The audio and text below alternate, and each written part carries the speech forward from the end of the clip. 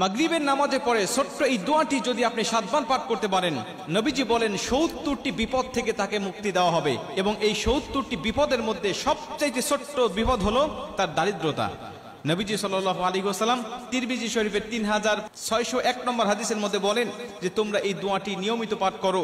এই দোয়াটি যদি কেউ নিয়মিত পাঠ করতে পারে, আল্লাহ পাক তাকে 70টি বিপদ থেকে হেফাজত করবে। এবং এই 70টি বিপদের মধ্যে সবচাইতে ছোট্ট বিপদ হলো তার দারিদ্রতা। দারিদ্রতা হলো আমাদের জীবনের সবচেয়ে বড় বিপদ। আর নবীজি বলছে 70টির মধ্যে দারিদ্রতাই হলো ছোট্ট বিপদ। তার মানে আরো বড় বড় যত বিপদ আপদ বালা মুসিবত রয়েছে, আল্লাহ সব বালা মুসিবত থেকে আমাদেরকে হেফাজত করবে। তার মানে আমি অসুস্থতা আছি, আপনি বিপদে আছেন, অসুস্থতায় আছেন, আল্লাহ পাক অসুস্থতাও আপনার দূর করে দিবে। আপনি বিপদে আছেন, এই দোয়াটি পাঠ করেন, আল্লাহ বিপদ থেকেও আপনাকে মুক্ত করে দিবে। আপনি দুশ্চিন্তায় আছেন, ডিপ্রেশনে আছেন, এই দোয়াটা পাঠ করেন, আল্লাহ দুশ্চিন্তা থেকেও আপনাকে মুক্তি দান করবে।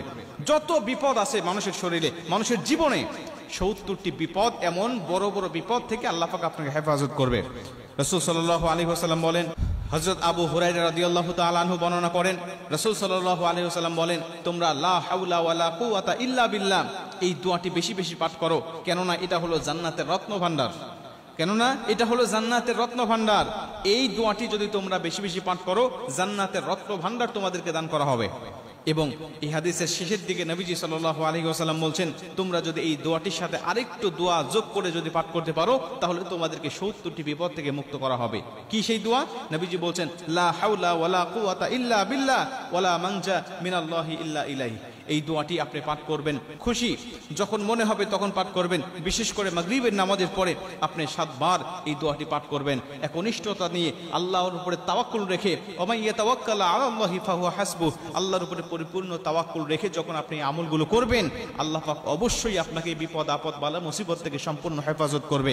এই ছোট্ট ছোট্ট দোয়ার আমলগুলো যখন আমরা করি, এর পাওয়ারফুল দেখে, এর কার্যকারিতা দেখে আমাদের ঈমান বেড়ে যায়। নবীজি সাল্লাল্লাহু আলাইহি ওয়াসাল্লাম বলেন, এই ছোট্ট ছোট্ট আমল করার কারণে মানুষ সওয়াবের অধিকারী হয় এবং এইটা দেখে মানুষের ঈমানও বেড়ে যায়।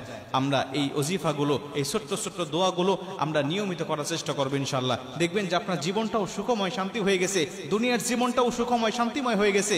দুনিয়া থেকে বিদায় নিয়ে চলে যাবেন, আল্লাহ পরকালের জীবনটাকেও আপনাকে সুখময় শান্তিময় করে দিবে।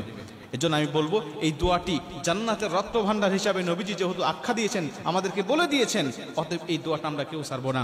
লা হাওলা ওয়ালা কুওয়াতা ইল্লা বিল্লাহ। এটা তো পাঠ করবি সব সময়, বিশেষ করে মাগরিবের পরে, ফজরের নামাজের পরে আমরা এর সাথে আরেকটু যোগ করে লা হাওলা ওয়ালা কুওয়াতা ইল্লা বিল্লাহ ওয়ালা মানজা মিনাল্লাহি ইল্লা ইলাইহি এই দোয়াটা আমরা পরিপূর্ণভাবে পাঠ করব ইনশাআল্লাহ। আশা করা যায় আল্লাহ পাক আমাদের সমস্ত বিপদ আপদ বালা মুসিবত থেকে সম্পূর্ণ হেফাজত করে ফেলবেন।